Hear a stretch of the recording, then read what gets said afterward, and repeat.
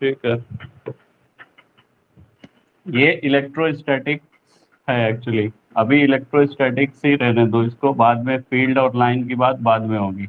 पहले electrostatics. Electrostatics actually ये एक ब्रांच है इलेक्ट्रोमैग्नेटिज्म का। इलेक्ट्रोमैग्नेटिज्म का। और इलेक्ट्रोमैग्नेटिज्म क्या है? इलेक्ट्रोमैग्नेटिज्म इलेक्ट्रोमैग्नेटिज्म है, it is an study of charge. ये चार्ज की स्टडी है basically. It is a study of charge. तब चार्ज की ही बात होती है इसमें पूरा। ये पूरा तुम्हारा पूरा सिलेबस में, ये फिजिक्स वन में पूरा चार्ज की ही बात है। इसमें इलेक्ट्रोस्टैटिक्स है फर्स्ट पार्ट में, सेकंड पार्ट में है इलेक्ट्रोडायनामिक्स। इलेक्ट्रोस्टैटिक्स में हम लोग देखेंगे कि चार्ज स्टैटिक रहता है, मतलब चार्ज स्टेशनरी रहता है, मूव नहीं करता है। तो जब चार्ज स्टेशनरी होगा तो उसके अंदर जो बात होगी उसमें हम लोग पढ़ेंगे इलेक्ट्रोस्टैटिक। जब चार्ज स्टैटिक है तो इलेक्ट्रोस्टैटिक फील्ड के बारे में पढ़ेंगे। और इलेक्ट्रोस्टैटिक फील्ड के बारे में फिर कूलम्ब्स लॉ होगा। Coulomb's law. कूलम्ब्स लॉ पढ़ेंगे, फिर पढ़ेंगे इलेक्ट्रोस्टैटिक पोटेंशियल। ये सेकंड चैप्टर है तुम्हारा, पोटेंशियल। और इसके बाद फिर है तुम्हारा ये पोटेंशियल, इलेक्ट्रोस्टैटिक पोटेंशियल। फिर इसके बाद कैपेसिटेंस। ये सब इंटरलिंक्ड है एक दूसरे से। शुरुआत होगी ये व्हेन चार्ज इज स्टेशनरी, मतलब चार्ज जब स्टेशनरी होगा वो केवल प्रोड्यूस करेगा इलेक्ट्रिक फील्ड, इलेक्ट्रोस्टैटिक फील्ड। जब चार्ज मूविंग होगा तो वो प्रोड्यूस करेगा मैग्नेटिक फील्ड। तो मैग्नेटिक फील्ड के बारे में सेकेंड पार्ट में आगे तुम्हारा करंट इलेक्ट्रिसिटी करके नाम से एक चैप्टर होगा, चौथा पांचवा। उसमें पढ़ेंगे इलेक्ट्रिक करंट के बारे में, एसी करंट के बारे में, और इलेक्ट्रोमैग्नेटिक इंडक्शन के बारे में, ये सब बाद में। तो पहले इसको इलेक्ट्रोस्टैटिक फील्ड के बारे में, मतलब जब चार्ज स्टेशनरी होगा उसके बारे में बात करते हैं। तो उससे पहले हम लोग पढ़ते हैं कि चार्ज क्या है, क्योंकि ये पूरी चार्ज की ही स्टडी है। तो चार्ज की स्टडी पढ़ने के लिए पहले चार्ज तो पता होना चाहिए कि चार्ज क्या है। तो हमने कहा था कि हेडिंग डाल लो कि properties of charge. Properties of charge. और चार्ज से भी पहले एटम के बारे में जानो। एटम क्या होता है, एटम किससे मिलकर बना होता है। ये बस रफ आइडिया दे रहे हैं एटम, बाकी तो तुम केमिस्ट्री में पढ़ोगे ही, इसके बारे में पढ़ भी चुकी होगी। एटम क्या होता है, एटम मिलकर बना होता है। एक तो न्यूक्लियस रहता है, न्यूक्लियस जो रहता है वो पॉजिटिव चार्ज रहता है। और उसके बाहर आउटर शेल रहती हैं जिसमें इलेक्ट्रॉन रहते हैं, मतलब इलेक्ट्रॉन रहते हैं जो कि इजिली मूव करते हैं इनकी आउटर शेल में। फ्री इलेक्ट्रॉन इनको बोलते हैं हम। मतलब फ्री क्यों, ये फ्री मतलब कम। अगर हम चाहें कि इस न्यूक्लियस न्यूक्लियस किससे मिलके बना होता है, प्रोटॉन। प्रोटॉन से, जो कि पॉजिटिवली चार्ज रहते हैं।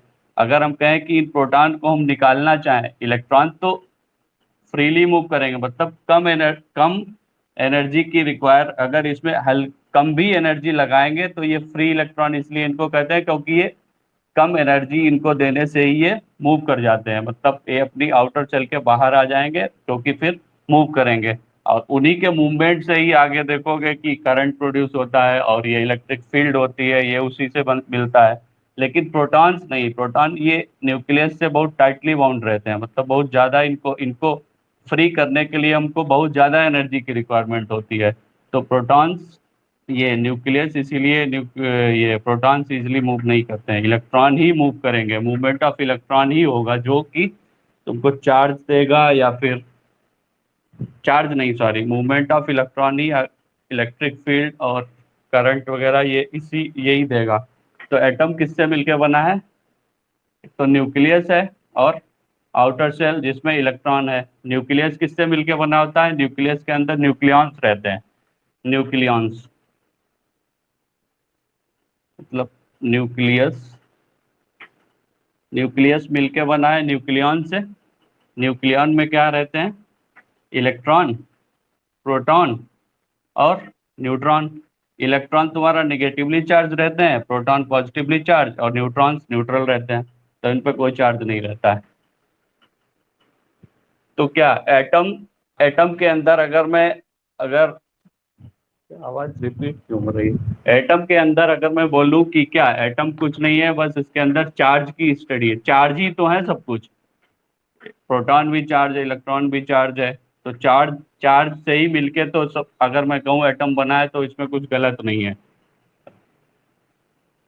ठीक है, चार्ज मिलके बनाते हैं एटम को, और नंबर ऑफ एटम्स मिलके बनता है हमारा कोई भी मटेरियल। कोई भी मटेरियल के लिए नंबर, उसके अंदर नंबर ऑफ एटम्स होंगे, और एटम्स क्या है, एटम चार्ज से मिलके बना है। अब ये एटम के बारे में इतना ही है, इससे ज्यादा तो कुछ नहीं है एटम्स के बारे में। चाहो तो लिख लो एटम के लिए, एटम के आगे अगर चाहो तो लिख लो, any material is made up of atoms. ठीक है,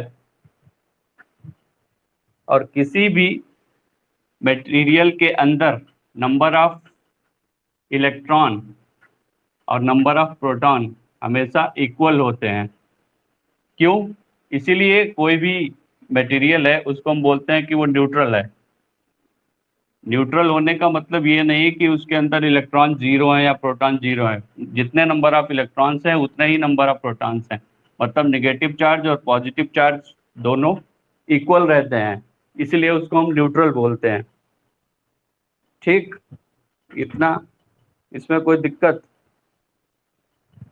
अभी पता चल गया कि हम इलेक्ट्रोमैग्नेटिज्म पढ़ रहे हैं, वो क्या है, वो है study of charge.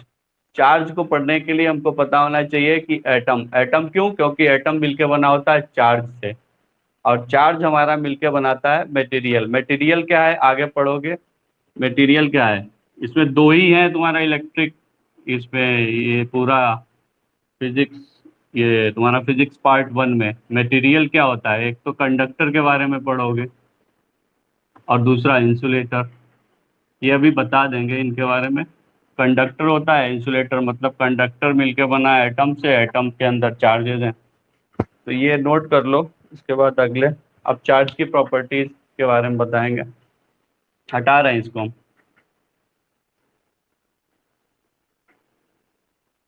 Properties of charge में हमने बताया था पहली प्रॉपर्टी, अभी तुमको बताया था ना, पहली प्रॉपर्टी कौन सी होती है कि चार्ज इज क्वांटाइज।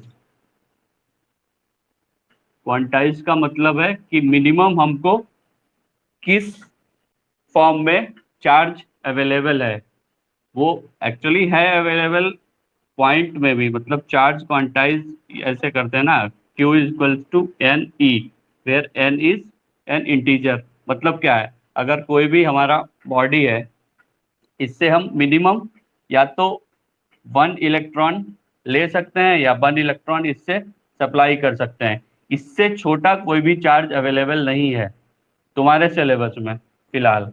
आगे तो अभी तो कुछ रिसर्च वगैरह हुआ है, उनमें पता भी चला है कि 1 इलेक्ट्रॉन से छोटे भी E/3 या 2E/3 की फॉर्म में भी चार्ज अवेलेबल है, लेकिन ये तुम्हारे सिलेबस में नहीं है। क्वाड, QUAR, क्वार्क्स, ऐसा ही कुछ नाम है, क्वार्क्स कहते हैं इनको, इस फॉर्म में जो चार्ज अवेलेबल, बट ये तुम्हें नहीं पढ़ना है, तुमको केवल तुम्हारे लिए चार्ज जो अवेलेबल है वो मिनिमम 1 इलेक्ट्रॉन, किसी बॉडी को 1 इलेक्ट्रॉन दे सकते हैं, या उससे 1 इलेक्ट्रॉन मिनिमम निकाल सकते हैं, इससे ज़्यादा भी 2 इलेक्ट्रॉन भी दे सकते हैं, ले सकते हैं। अगर सपोज 2 इलेक्ट्रॉन इससे लेंगे, तो ये बॉडी क्या होगी, पॉजिटिवली चार्ज होगी या निगेटिव चार्ज होगा? अगर इससे 2 इलेक्ट्रॉन हम ले रहे हैं,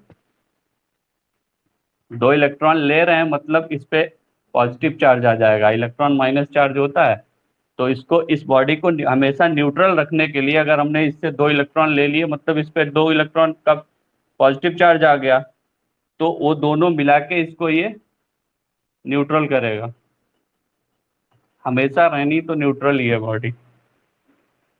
ठीक, चार्ज इज क्वांटाइज्ड, ये पहली प्रॉपर्टी है चार्ज की। Q equals to n e, where n is plus minus, n is an integer, n एक इंटीजर है जहाँ पे। ठीक, हम्म। और ये भी लिख लो, एक इलेक्ट्रॉन की पे कितना चार्ज रहता है, एक इलेक्ट्रॉन पे 1.6 इंटू 10⁻⁻19 कूलम। इतना चार्ज रहता है एक इलेक्ट्रॉन पे। ठीक। इसी प्रॉपर्टी को यूज करके हमने एक अभी तुमसे क्वेश्चन भी पूछा था। जैसे अगर मैं कहूँ कि चेक करो 1 पॉइंट, ये था कितना, 8 इंटू 10⁻⁻18 कूलम। ये चार्ज, इस कंजर्वेशन, ये क्वांटाइजेशन की प्रॉपर्टी को यूज करके बताओ कि ये चार्ज क्या अवेलेबल होगा या नहीं होगा। तो हमने देखा था Q equals to n e करके, Q की वैल्यू 8 इंटू 10⁻⁻18 और एन ई की वैल्यू 1.6 इंटू 10⁻⁻19। तो यहाँ से एन की वैल्यू कितनी आई थी, ये एन की वैल्यू क्या आएगी, 8 इंटू 10⁻⁻18 अपॉन 1.6 इंटू 10⁻⁻19। ये पॉइंट हटाओगे 5 जाएगा, तो ये 19 ऊपर जाएगा तो ये 50 बचेगा, एन इक्वल्स टू 50। हमने क्या कहा था, चार्ज क्वांटाइज्ड होने के लिए Q इक्वल्स टू एन ही होना चाहिए, और एन जहाँ पे इंटीजर है, इंटीजर मतलब 1 2 3 4 5 अप टू सो ऑन, मतलब इनफाइनाइट, इसकी वैल्यू इसी फॉर्म में आएगी 1 2 3। तो ये 5 भी, 50 भी तो एक इंटीजर है, मतलब ये चार्ज अवेलेबल है। अगर कोई भी इसमें कुछ वैल्यू रहती, उससे एन की वैल्यू हमारी अगर सपोज 0.5 आ जाती, तो हम कहते हैं कि वो चार्ज अवेलेबल नहीं होगा, मतलब वो चार्ज की वैल्यू वैलिड नहीं है, क्योंकि चार्ज हमेशा क्वांटाइज्ड होता है। उसके लिए हमको एन की वैल्यू हमेशा इंटीजर आनी चाहिए। ये आया समझ में। इस तरीके से अगर कोई क्वेश्चन आ जाए तो ये बता देना है कि ये चार्ज क्वांटाइजेशन के लिए एन की वैल्यू हमेशा इंटीजर आएगी। दूसरी प्रॉपर्टी चार्ज की, एक तो है चार्ज क्वांटाइज्ड होता है, दूसरा जैसे अभी बताया मैंने, चार्ज इज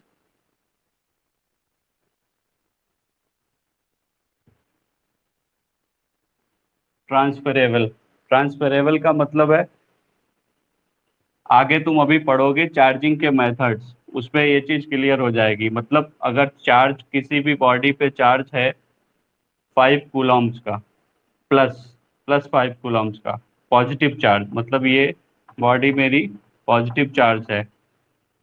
इसके कई सारे मेथड है, जैसे दूसरा कोई अगर अनचार्ज बॉडी इसके कांटेक्ट में लाएंगे, अगर वो सेम साइज और शेप का है, उनको अगर आपस में मिलाएंगे, तो इससे इसका कुछ चार्ज इस पे ट्रांसफर हो जाएगा।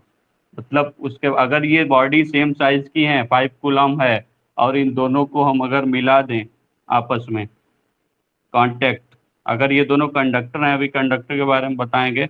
अगर सपोज ये दोनों कंडक्टर हैं और इनको हमने मिला दिया, मिलाने के बाद क्या होगा, ये न्यूट्रल है, इस पे कोई न्यूट्रल है और कोई चार्ज नहीं है अभी, तो इसका कुछ प्लस चार्ज इस पे ट्रांसफर हो जाएगा। उसके बाद अगर इन दोनों को अगर सेपरेट करोगे, तो ये 5 कूलम जो होगा वो 2.5 कूलम आधा इस पे रह जाएगा, 2.5 कूलम इस पे रह जाएगा। और ये जो मेथड होता है वो चार्जिंग के मेथड में आएगा, मतलब इस मेथड को कहते हैं चार्जिंग बाई कंडक्शन। अभी चार्जिंग के मेथड भी बताएंगे। यहाँ पे बस इतना बताना है हमको कि चार्ज ट्रांसफरेबल होता है। ट्रांसफरेबल का मतलब है एक बॉडी से दूसरी बॉडी पे ये ट्रांसफर होगा। ठीक है। ये यहाँ पे 2.5, वो मैंने 5 ले लिया इसलिए आ गया, क्योंकि अभी हम बता चुके ना चार्ज ट्रांसफरेबल होता है, वो क्वांटाइज्ड होता है, उसमें पॉइंट में नहीं आना चाहिए। तो अगर सपोज पिछले में 6 होता है, तो ये 3 3 कूलम इस पे आ जाएगा, 3 कूलम इस पे, 3 कूलम इस पे। ठीक। दूसरा प्रॉपर्टी है ये चार्ज की कि चार्ज ट्रांसफरेबल है, पहला है कि चार्ज क्वांटाइज्ड है। तीसरा, थर्ड प्रॉपर्टी चार्ज की क्या होती है, charge is conserve. Charge is conserve का मतलब इसको वैसे भी जाते हैं conservation of charge. Conservation of energy का तो पता है क्या होता है, सेम यहाँ भी है। मतलब चार्ज जो होता है वो कंजर्व रहता है, मतलब हम चार्ज को ना तो क्रिएट कर सकते हैं, ना तो क्या होता है conservation of energy. Energy can neither be created nor destroyed, it can only transferred from one form to another. Same charge के लिए भी ये चीज होती है। सपोज कोई आइसोलेटेड सिस्टम अगर हम लें, आइसोलेटेड सिस्टम मतलब बाहर से उसका कोई लिंक नहीं है। ये सपोज एक आइसोलेटेड सिस्टम है ए, ये सपोज एक आइसोलेटेड सिस्टम है बी, नहीं अभी ए है, ए ही मानो। ए कोई आइसोलेटेड सिस्टम है, इसमें हमारे 3 एटम्स हैं। एक एटम पे सपोज 3 कूलम चार्ज है, इस पे 2 कूलम चार्ज है प्लस का, और इस पे -1 कूलम चार्ज है। ठीक, हमने इसको इस सिस्टम को कुछ किया, मतलब उसके कई सारे तरीके हैं, अभी उसमें चार्जिंग में बताएंगे हम। इसमें कुछ हुआ है ऐसा, कोई भी मेथड हमने किया, वो मेथड अभी बाद में बताएंगे। इसमें कुछ मेथड हुआ, उस मेथड से क्या हुआ कि वो तो मैं बता ही चुका हूँ कि चार्ज ट्रांसफरेबल होता है।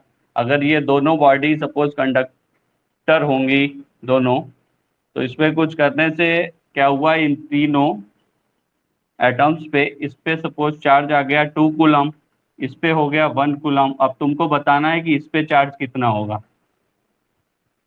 कंजर्वेशन ऑफ चार्ज के प्रॉपर्टी को ध्यान में रखते हुए इस पे चार्ज कितना होगा, मतलब चार्ज इस पे जितना होगा वो चार्ज इस बॉडी पे उतना होना चाहिए। मतलब Q1, अगर ये Q1 है तो Q1 प्लस Q2, इस पे Q2 है प्लस Q3, ये Q3 है, इक्वल्स टू ये Q1 dash plus Q2 dash plus Q3 dash.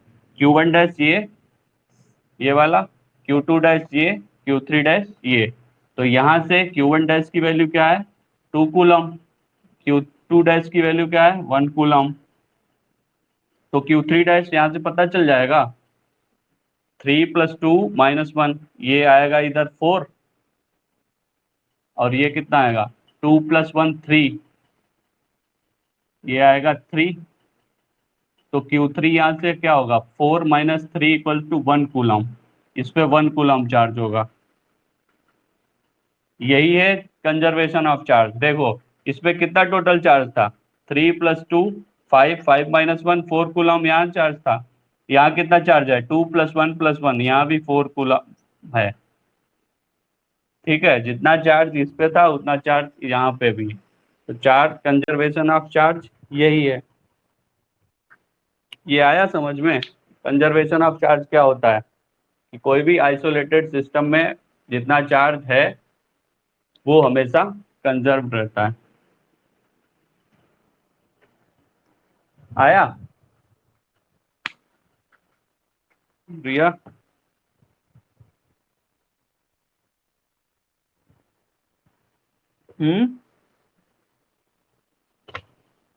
ठीक है, 3 प्रॉपर्टी हो गई। पहली कौन सी थी, चार्ज क्वांटाइज्ड, दूसरा चार्ज ट्रांसफरेबल, और तीसरा charge conserve, charge is always conserve. चौथा, चौथी प्रॉपर्टी क्या है, चार्ज इज ऑलवेज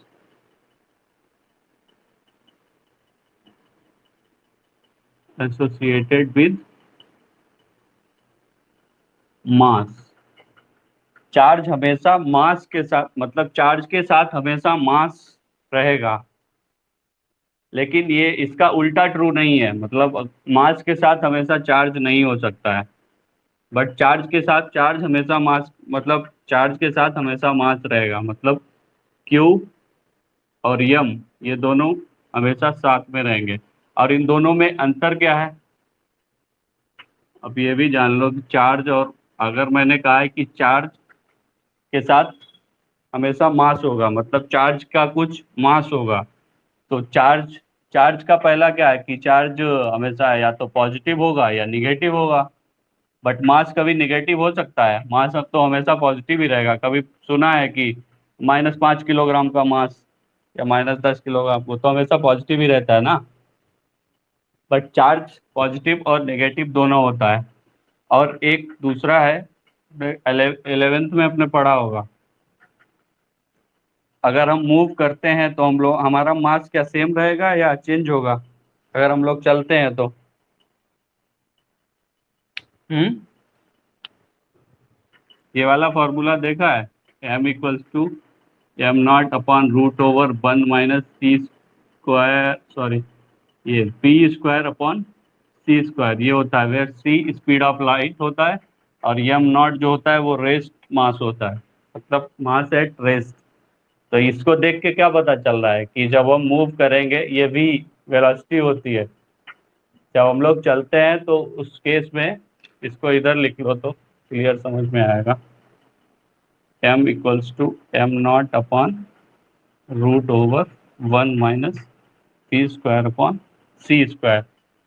जब हम लोग चलेंगे, अगर रेस्ट पे हैं तो मतलब वेलोसिटी जो होगी वो तो जीरो होगी, तो 1 - 0, ये डिनोमिनेटर जीरो हो जाएगा, तो मास मास हमेशा रेस्ट मास के बराबर होगा। बट जब मूव करेंगे, जब चलते हैं हम लोग, तो ये क्या होगा, वी चलेंगे कितना, बहुत ज़्यादा 20 किलोमीटर प्रति घंटे बराबर, या 30 20 बहुत ज़्यादा 20 30 किलोमीटर उससे ज़्यादा, लेकिन ये सी जो रहता है वो स्पीड ऑफ लाइट, मतलब 3 × 10⁸ डिनोमिनेटर में 3 × 10⁸ है और न्यूमरेटर में ये क्या होता है, 3 × 10⁸ मीटर पर सेकेंड। और हम लोग जो दौड़ेंगे वो क्या है, बहुत ज़्यादा 20 किलोमीटर पर आवर के हिसाब से, ये है तुम्हारा 10⁸। तो ये पूरी क्वांटिटी बहुत ही छोटी आती है, मतलब इसका अगर देखोगे बहुत ही स्मॉल आएगी।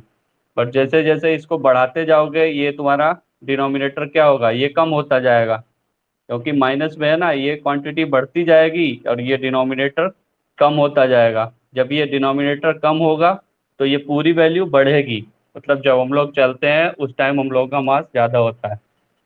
ठीक। ठीक है, ये आया समझ में? ये वैसे तुमने पढ़ा होगा 11th में। अभी इसको चार्ज के साथ हमने इसलिए बता दिया है क्योंकि चार्ज में और मास में यहाँ से भी एक डिफरेंस है। पहला तो है कि चार्ज हमेशा पॉजिटिव या नेगेटिव हो सकता है, मास हमेशा पॉजिटिव रहेगा। दूसरा क्या है, मास वेलोसिटी के साथ वेरी करता है, बस चार्ज नहीं ऐसा होता है। चार्ज के केस में चार्ज के साथ मास हमेशा रहेगा, लेकिन वो चार्ज मूव नहीं करेगा अगर वेलोसिटी से कभी भी। ठीक, इसको नोट कर लेना। पहला तो ये है प्लस, ये हमेशा प्लस। दूसरा क्या है,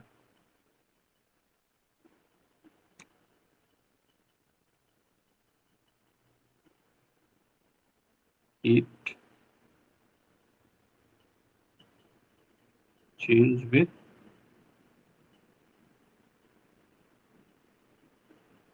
वेलोसिटी। और इसका तो पता ही है कि ये तो चेंज ही होगा, यहाँ से पता चल रहा है। ठीक, चार प्रॉपर्टी हो गई। कौन कौन सी? पहला, चार्ज क्वांटाइज्ड। दूसरा, चार्ज ट्रांसफरेबल। तीसरा, चार्ज कंजर्व।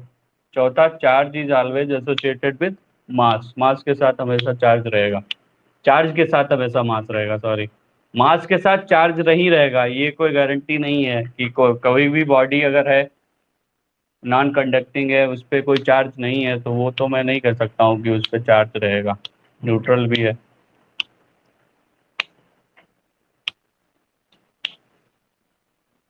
हाँ,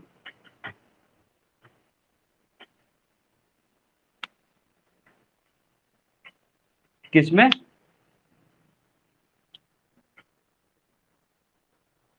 हम्म। हम्म। वो चार्ज का फ्लो होता है, उसमें मास से तो कोई मतलब नहीं है। वो तो चार्ज में मास, वो मास का तो नहीं होता है उसमें कुछ।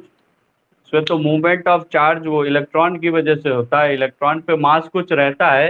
ये 1 इलेक्ट्रॉन पे जो मास रहता है 1.9.1 इंटू 10⁻31 kg। ये तो हमेशा फिक्स ही लेते हैं ना उस केस में।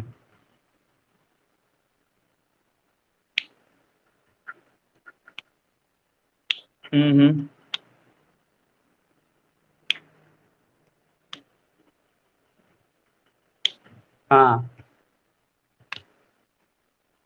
हाँ, अगर ग्रेविटी जीरो भी लेते हैं इसमें, मतलब फ्रिक्शन, सॉरी फ्रिक्शन नहीं लेते हैं, कोई फ्रिक्शन जीरो ले अगर तो।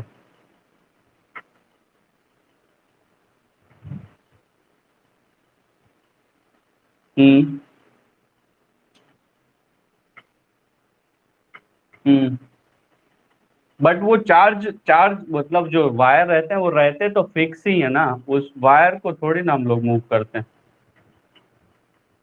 उसके अंदर मूवमेंट ऑफ इलेक्ट्रॉन होता है, चार्ज का होता है, बट वायर कहाँ मूव कर रहे हैं। मैं तो यहाँ पे ये बताया हूँ कि जो चार्ज है वो मास हमेशा चार्ज के साथ रहेगा। जैसे एक इलेक्ट्रॉन पे चार्ज है 1.6 × 10⁻⁹ तो उस इलेक्ट्रॉन का मास इतना है, और वो हमेशा फिक्स रहेगा। नहीं नहीं, वो नहीं बढ़ेगा।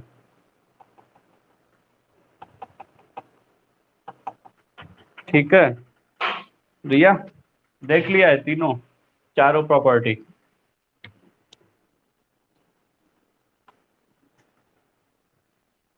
नेक्स्ट, मेन प्रॉपर्टी हो गई तुम्हारी चारों, पांचवा क्या है? चार्ज इज स्केलर, ये स्केलर क्वांटिटी है। स्केलर और वेक्टर पता है भैया? स्केलर और वेक्टर, स्केलर का मतलब इसका केवल मैग्नीट्यूड होगा, डायरेक्शन नहीं होगा। ठीक, चार्ज को हमेशा ये थोड़ी ना हम कहेंगे कि 5 कूलम का चार्ज है और ये इस डायरेक्शन में या इस डायरेक्शन में लग रहा है, ऐसा कुछ अभी तक तो नहीं सुना है मैंने, तुमने भी नहीं सुना होगा। बट आगे तुम पढ़ोगे ये तुम्हारा इलेक्ट्रिक फील्ड, इसके बाद इलेक्ट्रोस्टैटिक फील्ड, वो वेक्टर क्वांटिटी होती है, तो चार्ज स्केलर है। ठीक है, इसकी यूनिट क्या होती है? हम्म, चार्ज की यूनिट क्या है? कोई भी चार्ज है उसकी यूनिट कूलम्स, कूलम्स। ठीक, चार्ज की यूनिट कूलम्स।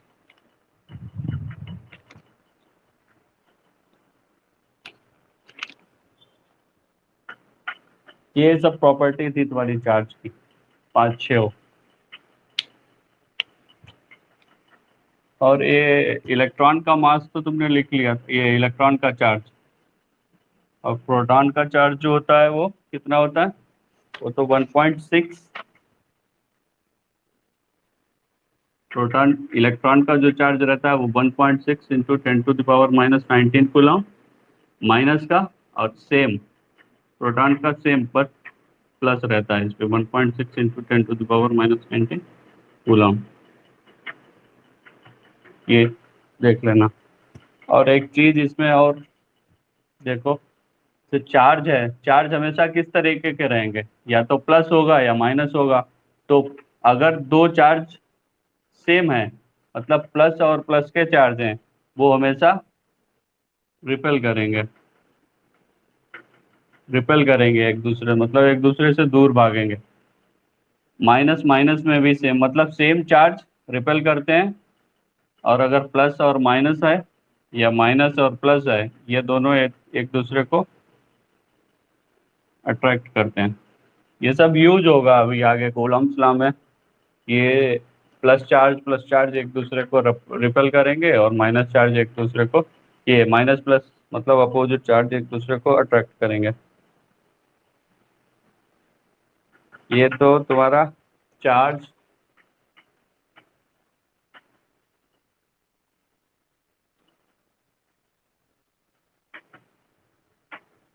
ठीक, ये चार्ज की सब प्रॉपर्टी थी। इसके बाद अब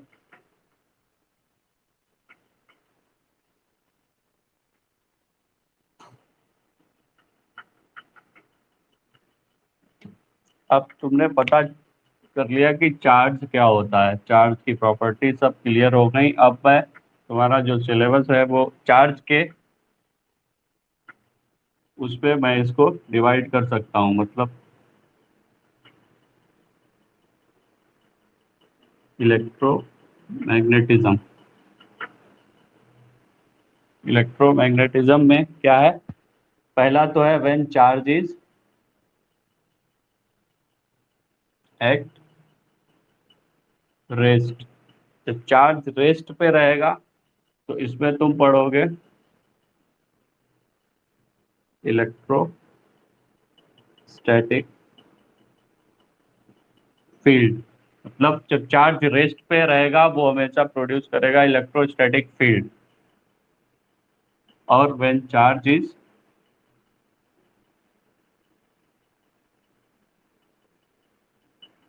मूविंग, जब चार्ज मूव करेगा विद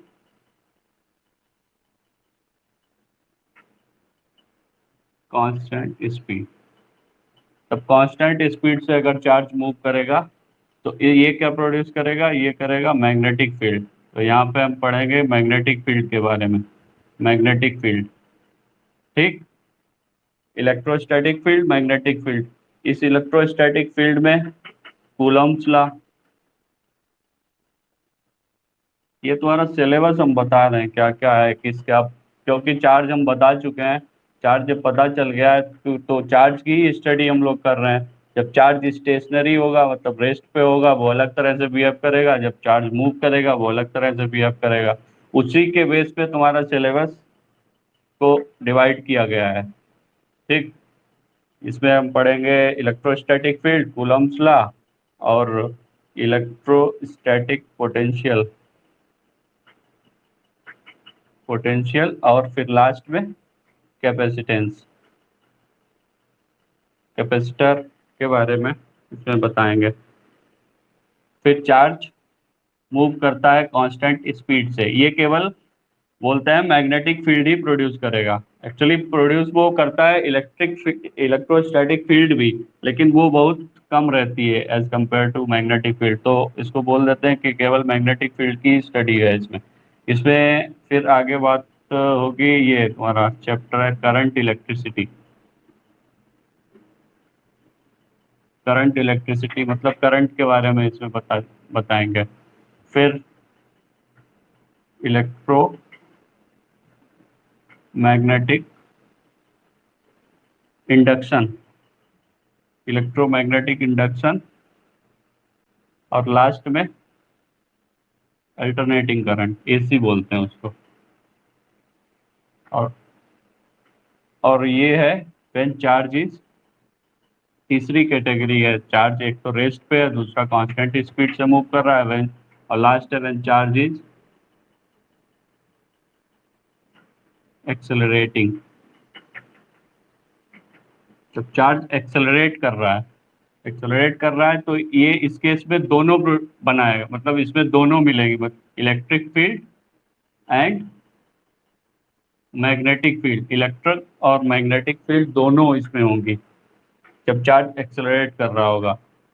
इसमें इसमें तुम्हारा एकदम लास्ट में चैप्टर है इलेक्ट्रोमैग्नेटिक वेव्स के बारे में, इसमें लास्ट में होगा। तो ये तुम्हारा पूरा सिलेबस का लेखा जोखा है पूरा। चार्ज के बेस पे पूरा सिलेबस तुम्हारा डिवाइड किया गया है। जब चार्ज रेस्ट पे हो, जब चार्ज मूव करता है कांस्टेंट स्पीड से, जब चार्ज एक्सलरेट करता है। यहाँ पे ये एसी, अल्टरनेटिंग करंट, इधर ये फील्ड के बारे में, और वो लास्ट में वेव्स, इलेक्ट्रोमैग्नेटिक वेव। इसको चाहो तो नोट कर लेना, ठीक है। चार्ज की प्रॉपर्टी भी देख ली, ये भी देख लिया। अब चार्जिंग के मेथड, अगला टॉपिक है मेथड्स ऑफ चार्जिंग। चार्जिंग के कई सारे मेथड्स हैं, बट तुम्हारे सिलेबस में तीन ही होंगे। पहला है कि चार्जिंग बाय कंडक्शन,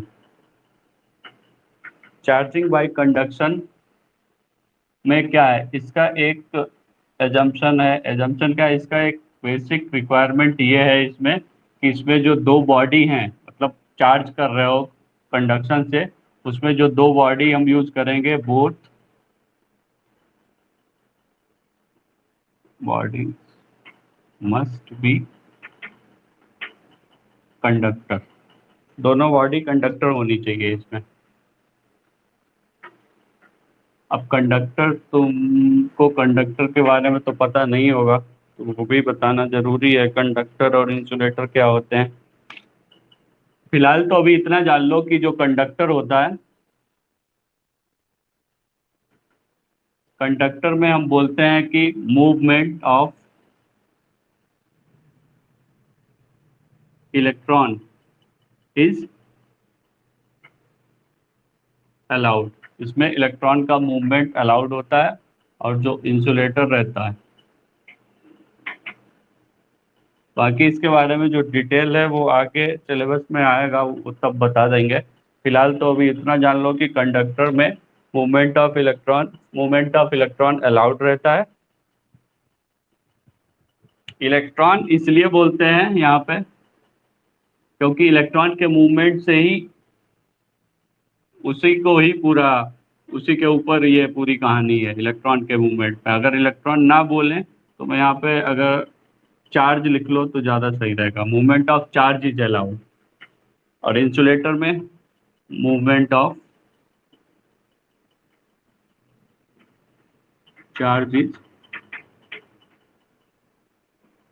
रेस्ट्रिक्टेड, मतलब इसमें अलाउड नहीं रहता मूवमेंट ऑफ चार्ज।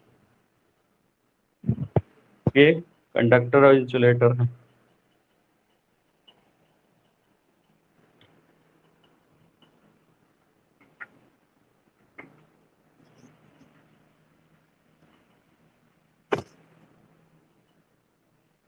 ठीक है, चार्जिंग बाय कंडक्शन से इसको समझने के लिए सपोज मेरे दो बॉडी हैं,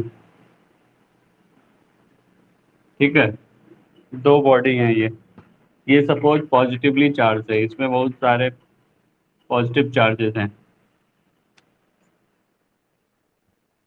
ठीक, इसमें बहुत सारे पॉजिटिव चार्ज हैं। इसमें क्या बताया था मैंने कि पॉजिटिव चार्ज ये कोई भी बॉडी है और जो कि कंडक्टर है, इसमें जो पॉजिटिव चार्ज का जो अरेंजमेंट रहता है वो अंदर की बजाय जो रहता है वो केवल सरफेस पे रहता है। इस पे मैंने दिखा दिया है तुमको अंदर, बट ये होता है एक्चुअली सरफेस पे है। क्यों? क्योंकि ये प्लस चार्ज जो है वो एक दूसरे को रिपल करेंगे, ये इसको रिपल करेगा, इसको रिपल करेगा, तो ये इधर जाएगा, ये इसको रिपल करेगा। तो ये जो इसको जो शो करते हैं हम केवल सरफेस पे ही इसको शो करते हैं। ये प्लस चार्ज जो होता है वो दिखाते हैं केवल सरफेस पे ही, ये प्लस चार्ज हमारा सरफेस पे दिखाते हैं। और इसके कांटेक्ट में अगर मैं दूसरी बॉडी को कोई लाऊं जो कि न्यूट्रल है, न्यूट्रल का मतलब है इस पे क्या जीरो इलेक्ट्रॉन होंगे, इसमें नंबर ऑफ इलेक्ट्रॉन जीरो होंगे क्या? नहीं, जितने नंबर ऑफ इलेक्ट्रॉन होंगे उतने नंबर ऑफ प्रोटॉन होंगे इसके अंदर, जिसकी वजह से जो इसके अंदर इलेक्ट्रॉन प्रोटॉन दोनों होंगे बट वो इक्वल होंगे, इसलिए इसको हम न्यूट्रल बोल देते हैं। अब इन दोनों को अगर मैं पास में लाऊं इसको इससे, तो इसके अंदर जो प्लस चार्जेज होंगे वो क्या करेंगे, वो रिपेल करेंगे, रिपेल करेंगे। ठीक है,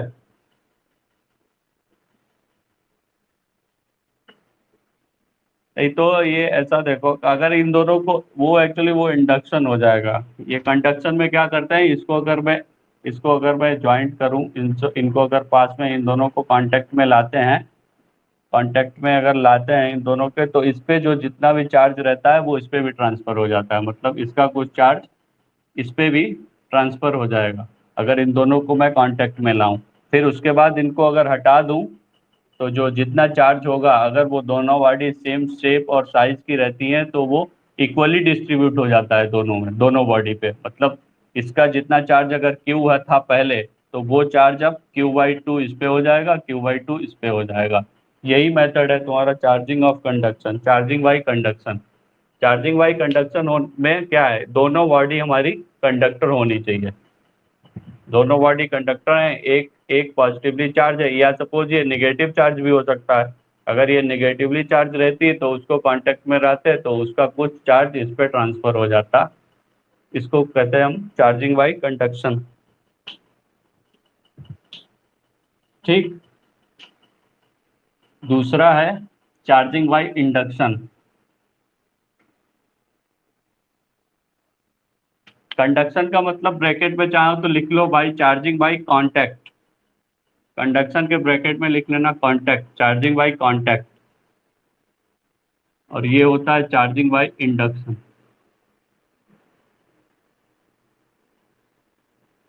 चार्जिंग बाई इंडक्शन, इसमें कांटेक्ट में नहीं लाते हैं दोनों बॉडी को, और इसका भी सेम कंडीशन है कि दोनों हमारा दोनों बॉडी जो है वो कंडक्टर होनी चाहिए।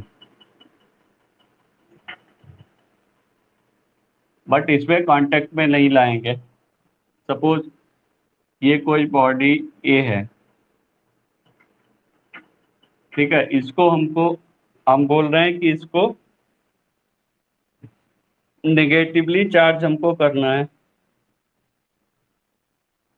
निगेटिवली चार्ज करना है इसको, इस बॉडी को हमको निगेटिव चार्ज करना है, negatively charge.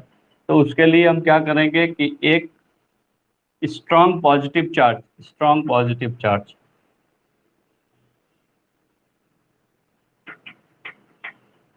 Strong positive charge को इसके पास में लेके आएंगे। ठीक है, स्ट्रॉन्ग पॉजिटिव चार्ज को इसके पास में अगर लेके आएंगे तो इसके अंदर ये कोई बॉडी है, इसके अंदर इलेक्ट्रॉन भी होंगे, प्रोटॉन भी, मतलब पॉजिटिव और नेगेटिव चार्ज दोनों होंगे। जो पॉजिटिव चार्ज होंगे वो इसकी इस स्ट्रॉन्ग पॉजिटिव चार्ज की वजह से रिपल होके इसकी दूसरी तरफ चले जाएंगे, और जो नेगेटिव चार्ज होंगे, मैंने बताया था ना पॉजिटिव और पॉजिटिव एक दूसरे को रिपल करता है, और जो नेगेटिव चार्ज होंगे वो अट्रैक्शन की वजह से इस तरफ आ जाएंगे। ठीक है, और सेम, और ये ऐसा हो जाएगा। फिर मैं क्या करूंगा, एक दूसरी बॉडी जो कि अनचार्ज्ड है, न्यूट्रल है, उसको इससे इसके कांटेक्ट में लाके, जैसे कंडक्शन में किया था, उसको इसके कांटेक्ट में लाके हम क्या करेंगे, जो कि अनचार्ज है, तो क्या होगा, इसका जो पॉजिटिव चार्ज है वो इस पे कुछ शिफ्ट हो जाएगा, इस पे, ये न्यूट्रल है, इस पे कोई अनचार्ज है, ये प्लस चार्ज इसका इस सरफेस पे आ गया, किसकी वजह से, इस पॉजिटिव चार्ज की वजह से। तो इस पे कुछ चार्ज, इसका कुछ प्लस चार्ज इस पे शिफ्ट हो जाएगा इधर।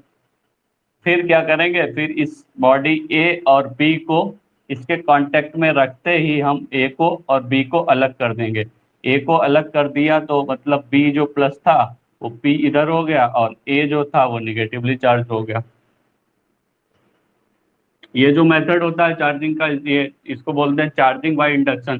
सपोज इसको मुझे ये अभी तो मैंने क्या किया था, इसको नेगेटिवली चार्ज हमको करना था, अगर इसको पॉजिटिवली चार्ज करना होता तो मैं ये स्ट्रॉन्ग पॉजिटिव चार्ज की जगह पे स्ट्रॉन्ग नेगेटिव चार्ज लेता, उस नेगेटिव की वजह से जो प्लस होते हैं वो अट्रैक्शन की वजह से इधर आ जाते हैं, और जो माइनस चार्ज नेगेटिव चार्ज होते हैं वो रिपल्सन की वजह से इधर चले जाते हैं। फिर इस पे जो न्यूट्रल पे अनचार्ज पे ये माइनस इधर शिफ्ट हो जाता कंडक्शन की प्रोसेस से। फिर इन दोनों को अलग कर लेते तो ये प्लस चार्ज यहाँ हो जाता, माइनस उधर चला जाता, ये पॉजिटिवली चार्ज हो गई। आया ये समझ में? हम्म।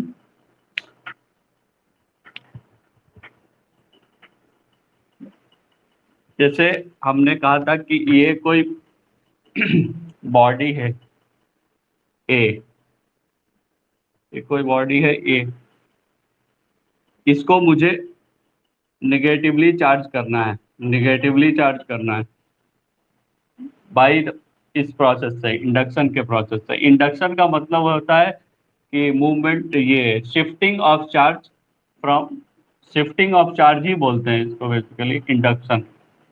अगर इसको हमको पॉजिटिव चार्ज, पॉजिटिवली चार्ज करना है तो एक स्ट्रांग नेगेटिव चार्ज को इसके कांटेक्ट में लाएंगे, स्ट्रांग नेगेटिव चार्ज को इसको अगर कांटेक्ट में लाएंगे तो इसके अंदर जो नेगेटिव चार्ज होंगे वो रिपल्शन की वजह से इधर शिफ्ट हो जाएंगे, और जो पॉजिटिव चार्ज होंगे वो अट्रैक्शन की वजह से इधर शिफ्ट हो जाएंगे। फिर कंडक्शन वाले मेथड से एक, अगर मैं एक बी बॉडी को इसके कांटेक्ट में लाता हूँ जो कि अनचार्ज है, मतलब जिसपे कोई भी चार्ज नहीं है, वो क्या होगा कि जैसे कंडक्शन में हुआ था, इसका कुछ चार्ज जो है वो इधर शिफ्ट हो गया।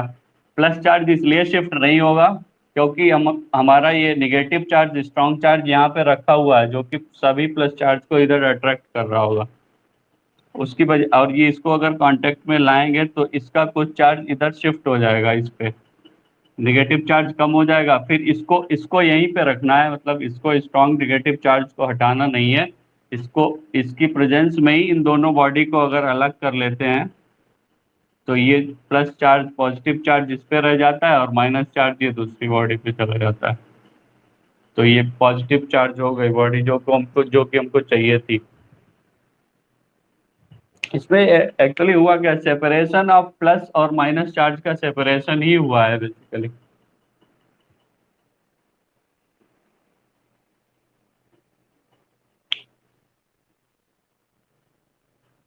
हाँ, एक तो स्ट्रॉन्ग चार्ज चाहिए, स्ट्रॉन्ग नेगेटिव चार्ज। एक्चुअली ये सारे मेथड लेबोरेटिकल हैं और इसका प्रैक्टिकली ऐसा कुछ देखा नहीं गया है। एनसीईआरटी में लिखा भी हुआ है, ये केवल वो मतलब उसमें ही है भाई, थ्योरेटिकल ही।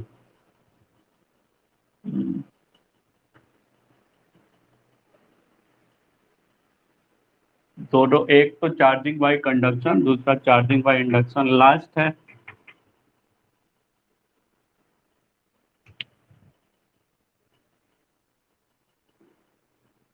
चार्जिंग बाय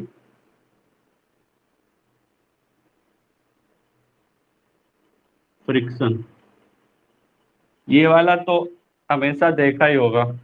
ये तो, इसमें क्या होता है, दो बॉडी को आपस में अगर रब करते हैं तो क्या वो बॉडी, क्या होता है अगर हम दोनों को रब करेंगे तो हम लोग उस पर काइनेटिक एनर्जी अप्लाई कर रहे हैं, काइनेटिक एनर्जी। और वो काइनेटिक एनर्जी अगर उसको ज़्यादा रब करेंगे तो वो थर्मल एनर्जी में हो जाएगी कन्वर्ट, हीट होगा उसमें।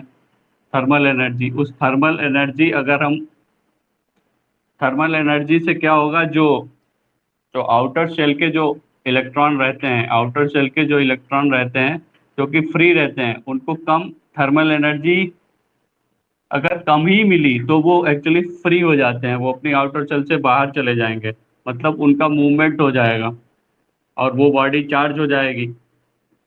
जैसे होता नहीं है कि क्या, बाल पे अगर वो स्केल वगैरह अगर रब कर दो बहुत ज्यादा सिर पे, और फिर उसको अगर पास में हाथ पे लेके आओ तो जो बाल हैं वो हमारे वो होने लगते हैं। वो यही है उसका रीजन, क्योंकि वो जो स्केल है वो इंसुलेटर है। इसमें इसमें एक ये भी है कि इसमें कोई जरूरी नहीं दोनों बॉडी कंडक्टर हो, इंसुलेटर हो तब भी चलेगा।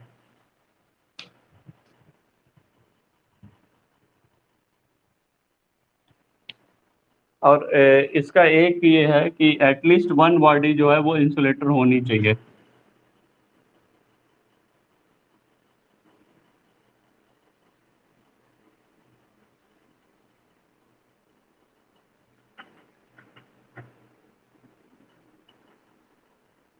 ये लिख लेना नोट करके यहाँ पे, कम से कम एक बॉडी इसमें इंसुलेटर हो।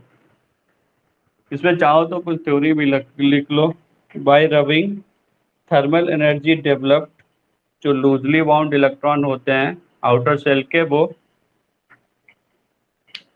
अपने पेरेंट एटम से अलग हो जाते हैं और दूसरी बॉडी पे, दूसरे एटम पे शिफ्ट हो जाते हैं, जिसकी वजह से जो दूसरा एटम है वो चार्ज हो जाता है। ठीक है, आज इतना ही रखते हैं। प्रिया, नोट किया? ठीक है, आज इतना ही रखेंगे। कल से फिर, ये आज थ्योरेटिकल है जो वो सब खत्म हो गया, कल से फिर कूलम्स लॉ स्टार्ट करेंगे। नेक्स्ट टॉपिक तुम्हारा कूलम्स लॉ है, उसके ऊपर बताएंगे नेक्स्ट टॉपिक नेक्स्ट क्लास में। आज इतना ही रखते हैं। कोई समझ में आया पूरा, या कोई दिक्कत हो तो बताओ कहीं पे। हाँ, इससे एक्चुअली पूरा थ्योरेटिकल पार्ट ही है पूरा। इसमें जो न्यूमेरिकल का एक ही चांसेस था वो क्वांटाइजेशन वाला, वहीं से ही आएगा तो। और कूलम्स लॉ को पढ़ने के लिए तुमको एक्चुअली मैथ्स के भी कुछ कॉन्सेप्ट आने चाहिए। वो अगर बोलोगी तो मैं मैथ्स की एक क्लास ले लूंगा, उसमें पूरा मैथ्स का जो रिक्वायरमेंट है। जैसे मैथ्स में तुमको ट्रिग्नोमेट्री का कुछ, अलजेब्रा के कुछ चीज़ें हैं वो आनी चाहिए, ट्रिग्नोमेट्री की कुछ आनी चाहिए, और कैलकुलस में इंटीग्रेशन डिफरेंशिएशन बेसिक तो आना ही चाहिए, क्योंकि उसका पूरा यूज होगा इसमें। जैसे ट्रिग्नोमेट्री में अगर मैं पूछूं कि ये, अगर ये एंगल है, ये कोई ट्रायंगल है, इसमें ये एंगल थीटा है, ये एक्स है, वाई है, जेड। इसमें तुमको पता होना चाहिए कि साइन थीटा की वैल्यू क्या होगी, टेन थीटा की वैल्यू क्या होगी। और अगर कुछ फार्मूले ही हैं, मैं बता दूंगा, अगर बोलोगी तो मैं कुछ बेसिक फार्मूला बता देंगे जिसका यूज होता है। वो एक क्लास मैथ की लेनी ही पड़ेगी मुझे लग रहा है, क्योंकि बिना उसके तो सब नहीं समझ में आएगा, क्योंकि पूरा न्यूमेरिकल बेस्ड है। न्यूमेरिकल में तो मैथ्स पूरा है, यूज होगा, हर जगह ही यूज होगी मैथ। इंटीग्रेशन डिफरेंशिएशन तुमने तो अभी तक नहीं, ये जब मैथ पढ़ी नहीं तो ये तो नहीं पढ़ा होगा। पढ़ा है या फिर रिया? आवाज नहीं आ रहा है, एक मिनट। है?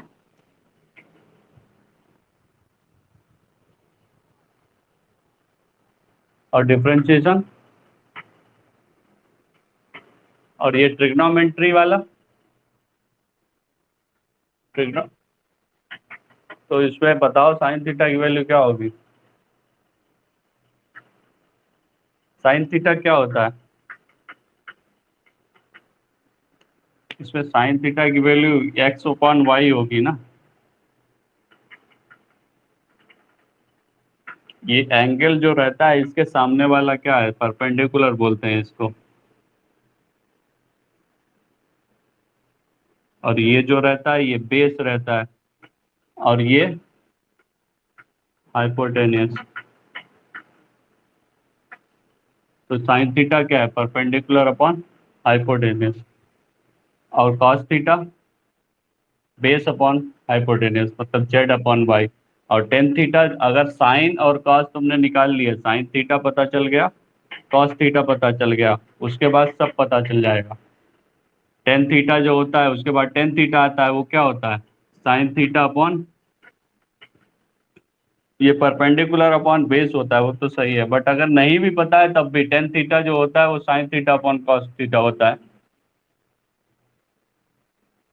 उसके बाद कॉट थीटा होता है। कॉट थीटा क्या होता है, टेन जब पता चल गया उसके बाद वन अपॉन टेन थीटा जो होता है वो कॉट थीटा होता है। वन अपॉन टेन थीटा ही कॉट थीटा होता है। और या फिर इसको साइन और कॉस की फॉर्म में लिखें तो ये क्या हो जाएगा, cos theta upon sine theta, मतलब टेन का उल्टा, कॉस अपॉन साइन।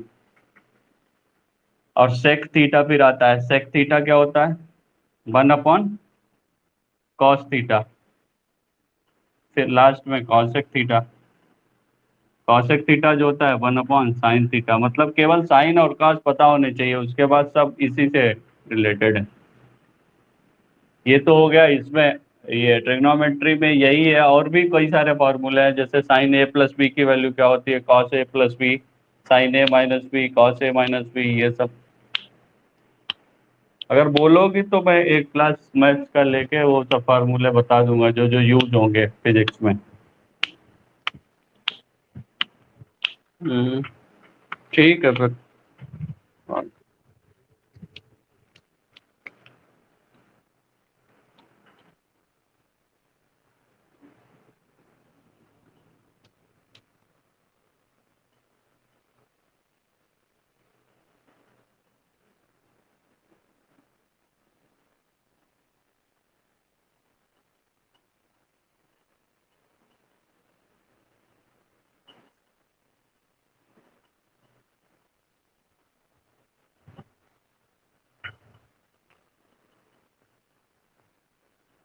कंफ्यूजन हो तो बता देना, अगर अभी नहीं समझ में आ रहा हो तो बाद में बता, अगली क्लास में या फिर मैसेज से मुझे बता देना।